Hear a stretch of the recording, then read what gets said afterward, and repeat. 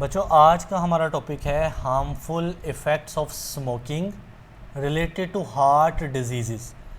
देखें, दिल की बीमारियां यानी हार्ट डिजीज़ को स्मोकिंग कैसे प्रमोट करती है। यानी स्मोकर्स में दिल की जो बीमारियां हैं ना वो ज़्यादा कॉमन होती हैं, और कौन कौन सी बीमारियां हैं, कौन कौन से हार्मफुल इफ़ेक्ट्स हैं वो समझने हैं। जी बेटा, जो पहला इफ़ेक्ट है ना that is increased risk of atherosclerosis. जी तो बेटा, ये एक आर्टरी है जिसमें अथेरोस्क्लेरोसिस हुआ है। अथेरोस्क्लेरोसिस का क्या कॉन्सेप्ट मैंने बताया था कि लिपिड्स की, कोलेस्ट्रॉल की जो क्लस्टर्स होते हैं ना, जमा हो जाना, उसको बोलते हैं अथेरोस्क्लेरोसिस। यानी आर्टरी के अंदर, ये खून की नाली होती है ना आर्टरी, इसके अंदर ये जो लिपिड है ये जम जाता है, जमा हो जाता है। This condition is called atherosclerosis. So basically क्या होता है, ये कोई भी आर्टरी है ना, उसकी जो अंदर वाली लेयर होती है, अंदर वाली लेयर, उसका नाम होता है बेटे एंडोथीलियम। एंडोथीलियम होती है किसी भी ब्लड वेसल की सबसे अंदर लेयर। अब जो बंदा स्मोकिंग करता है वो अपनी एंडोथीलियम को डैमेज कर लेता है। एंडोथीलियम मतलब जो अंदर वाली लेयर होती है ना, वो डैमेज हो जाती है, जिसकी वजह से जब लिपिड या कोलेस्ट्रॉल जैसी चिपकने वाली चीज़ें गुजरती हैं ना, तो वो दीवारों के साथ और आपस में इजीली जुड़ के क्लस्टर, गुच्छे की शक्ल इख्तियार कर जाती है। ठीक है। सो स्मोकर्स में क्या होता है, स्मोकर्स अपनी एंडोथीलियम डैमेज कर लेते हैं। एंडोथीलियम आर्टरी की अंदर वाली दीवार होती है।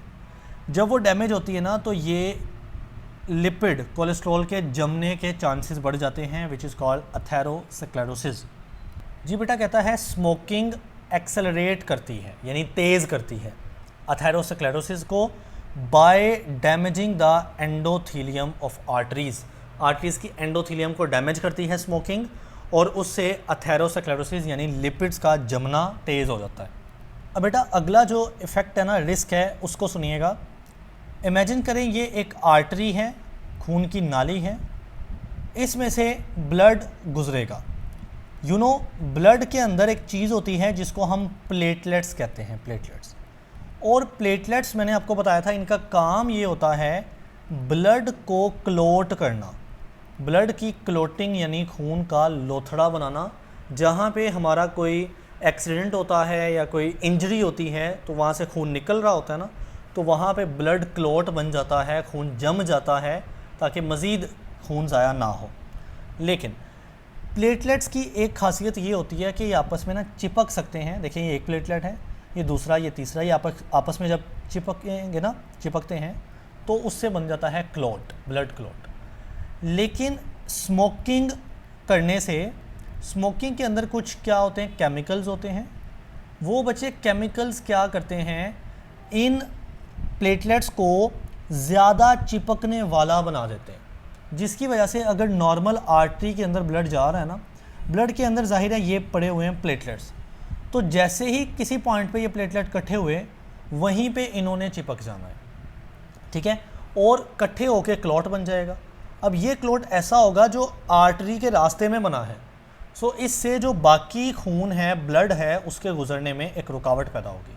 सो बेसिकली स्मोकिंग करती क्या है, स्मोकिंग के अंदर ऐसे केमिकल्स होते हैं जो कि प्लेटलेट्स को ज़्यादा स्टिकी बनाते हैं, एक्टिवेट करते हैं, चिपकने वाला बनाते हैं। उससे बच्चे ब्लड क्लॉट ज़्यादा बन जाता है, और ब्लड क्लॉट की वजह से आर्टरी के अंदर ब्लड का रास्ता ब्लॉक हो जाता है।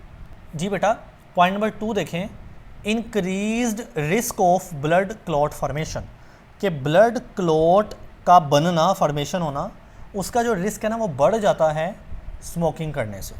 तो कहता है स्मोकिंग इंक्रीज़ करता है the chances for blood to clot, blood के क्लॉट करने के चांसेस बढ़ जाते हैं। कैसे? By promoting platelet aggregation.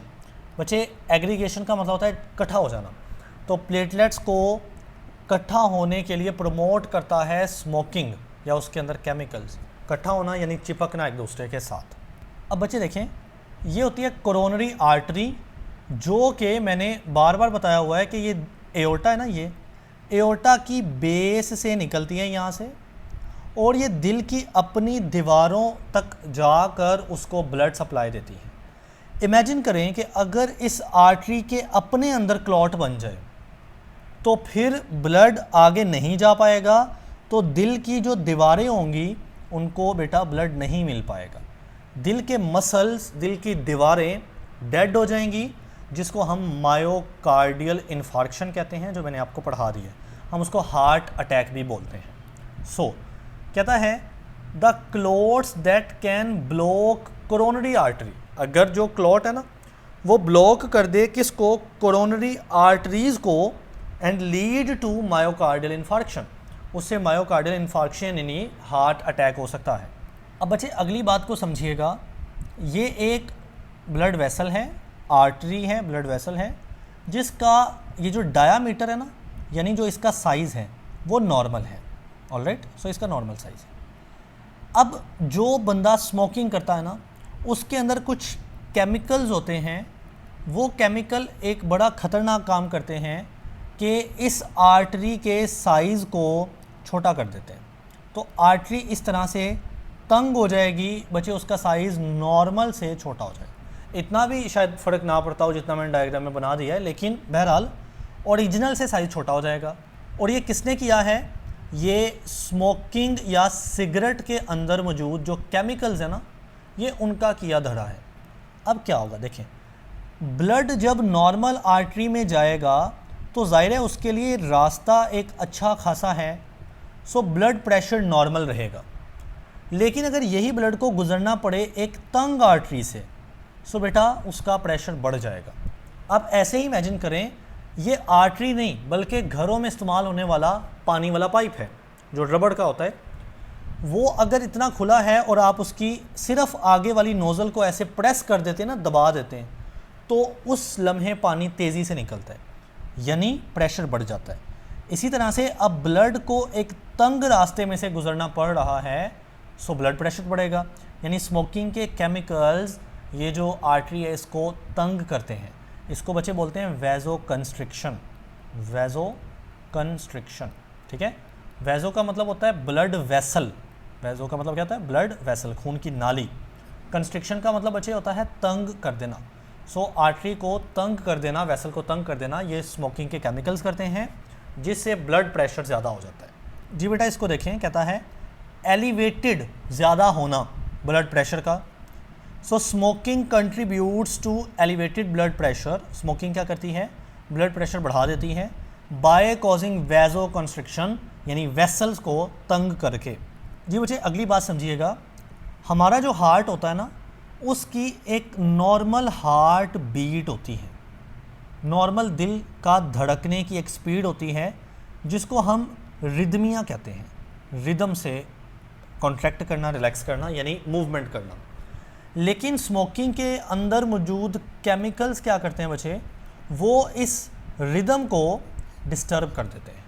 Heart जिसने नॉर्मल अपनी स्पीड से मूव करना था, कॉन्ट्रैक्ट करना था, केमिकल्स उस स्पीड को बढ़ा देते हैं, रिदम को डिस्टर्ब करते हैं, स्पीड को बढ़ा देते हैं। रिज़ल्ट होता है कि दिल ज़ोर ज़ोर से धड़कना शुरू हो जाता है। जी तो देखें, हार्ट रेट यानी ये स्मोकिंग के इफ़ेक्ट है ना, स्मोकिंग, तो स्मोकिंग से हार्ट रेट यानी हार्ट का धड़कना, दिल का धड़कना, हार्ट बीट, और जो रिदम है, दिल का रिदम है, एबनॉर्मल हो जाएगा, उसकी एबनॉर्मलिटी आ जाएगी। एरिदमिया बोलते हैं, एरिदमिया मतलब इरेगुलर हार्ट बीट, ठीक है ना। हार्ट का एक नॉर्मल रिदम होता है, एरिदमिया हो जाएगा स्मोकिंग की वजह से। एरिदमिया से मुराद है कि उसकी रेगुलरिटी ख़त्म हो जाएगी, वो इरेगुलर वे में हार्ट बीट करना शुरू हो जाएगा। दैट कैन बी डेंजरस, वो ज़ाहिर है हमारे लिए ख़तरनाक है, ठीक है। Smoking affects heart rhythm by increasing heart rate, smoking करने से जो बंदा स्मोकिंग करेगा उसका हार्ट रेट बेटा इंक्रीज़ हो जाएगा, उसका दिल ज़्यादा ज़ोर ज़ोर से धड़कना शुरू हो जाएगा। अब बेटा ये जो डायग्राम के साथ ये जो पॉइंट्स है ना, आपने ये नहीं करने, क्योंकि ये वही पॉइंट्स को उसने बस मेंशन करके यहाँ पे ना लेबल करके मेंशन किया है। सो आपने ये नहीं करने, आपने जो मैंने पॉइंट पढ़ाए हैं ना, 4 ये और 2 मज़ीद आगे पढ़ा रहा हूँ, ये पॉइंट्स याद रखने, दैट्स इट। और ये लॉन्ग बन जाएगा सवाल। जी बेटा अगला 5वां पॉइंट है रिड्यूस्ड ऑक्सीजन डिलीवरी। देखें, रिड्यूस का मतलब होता है कम होना, ऑक्सीजन डिलीवरी यानी ऑक्सीजन का डिलीवर होना कम हो जाएगा स्मोकिंग की वजह से। सो नॉर्मली क्या होता है, हमारे ब्लड के अंदर बच्चे एक सेल्स होते हैं जिनका नाम होता है रेड ब्लड सेल्स, ठीक है। उन रेड ब्लड सेल्स के अंदर हीमोग्लोबिन होती है, जो हमने पढ़ा हुआ है, एक प्रोटीन होती है हीमोग्लोबिन। हीमोग्लोबिन क्या करती है, ये अपने साथ बच्चे ऑक्सीजन को जोड़ लेती है हीमोग्लोबिन, और ऑक्सीजन को लेकर जाती है पूरी बॉडी के पास, क्योंकि ब्लड ने जाना होता है बॉडी के हर हिस्से में। ब्लड के अंदर हीमोग्लोबिन मौजूद है, उसने ऑक्सीजन को अपने साथ मिलाना होता है और बॉडी पार्ट्स को इस ऑक्सीजन को सप्लाई करना होता है। लेकिन जो बंदा सिगरेट इस्तेमाल करता है उसके अंदर होता है कार्बन मोनोऑक्साइड, एक गैस होती है monoxide, carbon monoxide. Carbon monoxide क्या करती है बच्चे, वो ऑक्सीजन को हीमोग्लोबिन से जुड़ने नहीं देती, बल्कि वो खुद जाके हीमोग्लोबिन से जुड़ जाती है। ऑक्सीजन नहीं जुड़ पाएगी हीमोग्लोबिन से, या ऑक्सीजन कम जुड़ पाएगी। तो इस वजह से जब ये ब्लड बॉडी के पास जाएगा तो उसमें ऑक्सीजन कम होगी या नहीं होगी, क्योंकि जहाँ पे ऑक्सीजन ने जुड़ना था बच्चे, वहाँ पे कार्बन मोनोऑक्साइड आके जुड़ गए। और कार्बन मोनोऑक्साइड कहाँ से आती हैं, सिगरेट के केमिकल होते हैं, ठीक है।